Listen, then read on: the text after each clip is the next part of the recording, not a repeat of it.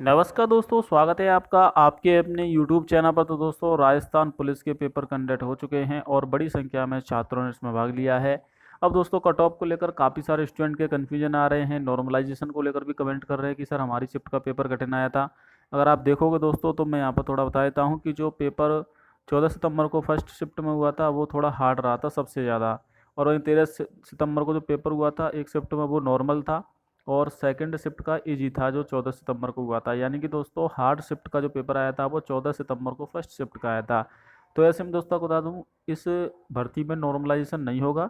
एक जिले के सभी अभ्यर्थियों का पेपर एक ही शिफ्ट में होने के कारण आपका जो नॉर्मलाइजेशन है वो नहीं किया जाएगा। जैसे कि आपने एक जिला भरा था, ब्यावर जिला भरा था मान लीजिए आपने, तो उनके पेपर सभी के उदयपुर में हुए थे। तो वहाँ पर बोर्ड नॉर्मलाइजेशन लागू नहीं करेगा, बल्कि उस जिले की कट ऑफ उस पेपर के लेवल के हिसाब से कम हो जाएगी। जैसे कि उस शिफ्ट का मान लीजिए पेपर हार्ड आया है, जिस जिले का आपका पेपर हुआ था, एक ही ज़िले में पेपर हुआ था, क्योंकि आपसे ज़िले के हिसाब से वैकेंसी निकली थी, उसी के हिसाब से छात्रों ने उसमें ज़िले भरे थे। तो उस ज़िले की कट ऑफ हाई ज़्यादा उसके पेपर के लेवल पर डिपेंड करेगी। मान लीजिए आपने जिस ज़िले से आवेदन किया था और उस शिफ्ट में जो पेपर हुआ है, तो वो पेपर का मान लीजिए टफ आया है, तो फिर आपके कट ऑफ कम जाएगी। और मान लीजिए आपका पेपर उस शिफ्ट में टफ ईजी आया है तो कट ऑफ बढ़ जाएगी। वो नॉर्मल सी बात है कि पेपर सरल आता है तो कट ऑफ बढ़ती है।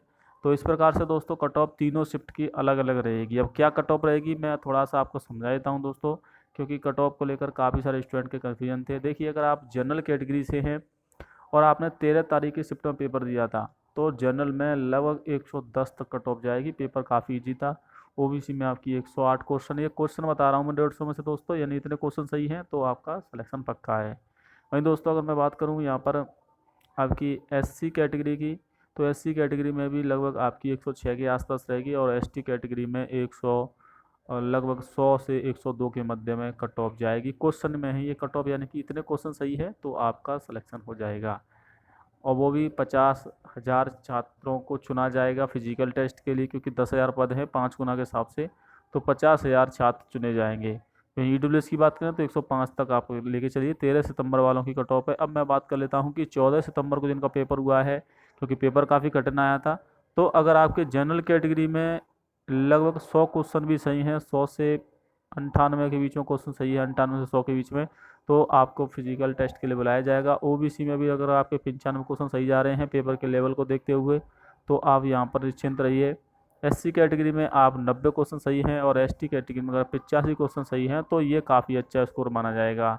तो ये 14 तारीख का है दोस्तों। 14 तारीख की सेकंड शिफ्ट वालों की बात करूँ तो उनकी लगभग 107 और 109 के मध्य में जनरल की कट ऑफ जाएगी। इतने क्वेश्चन में मैं कट ऑफ बता रहा हूँ दोस्तों, यानी कि इतने क्वेश्चन सही हैं तो आपका सिलेक्शन हो जाएगा फिजिकल टेस्ट के लिए 50,000 की लिस्ट में, क्योंकि 50,000 छात्रों को चुना जाएगा फिजिकल टेस्ट के लिए। ओबीसी की अगर बात करें तो ओबीसी में भी लगभग आप मान के चलिए 106 से 108 के मध्य, ज़्यादा कम नहीं रहेगी। और जो फीमेल कैंडिडेट वीडियो देख रहे हैं कि लड़कियों की कट ऑफ क्या रहेगी, आप अपनी कैटेगरी में 2 नंबर कम कर लीजिएगा। जो मैं आपको कट ऑफ बता रहा हूँ 2 से 3 नंबर कम जाएगी। एससी कैटेगरी की बात करें तो इसमें भी आपकी लगभग 100 से 102 के मध्य आपको कट ऑफ देखने को मिलेगी क्वेश्चन में।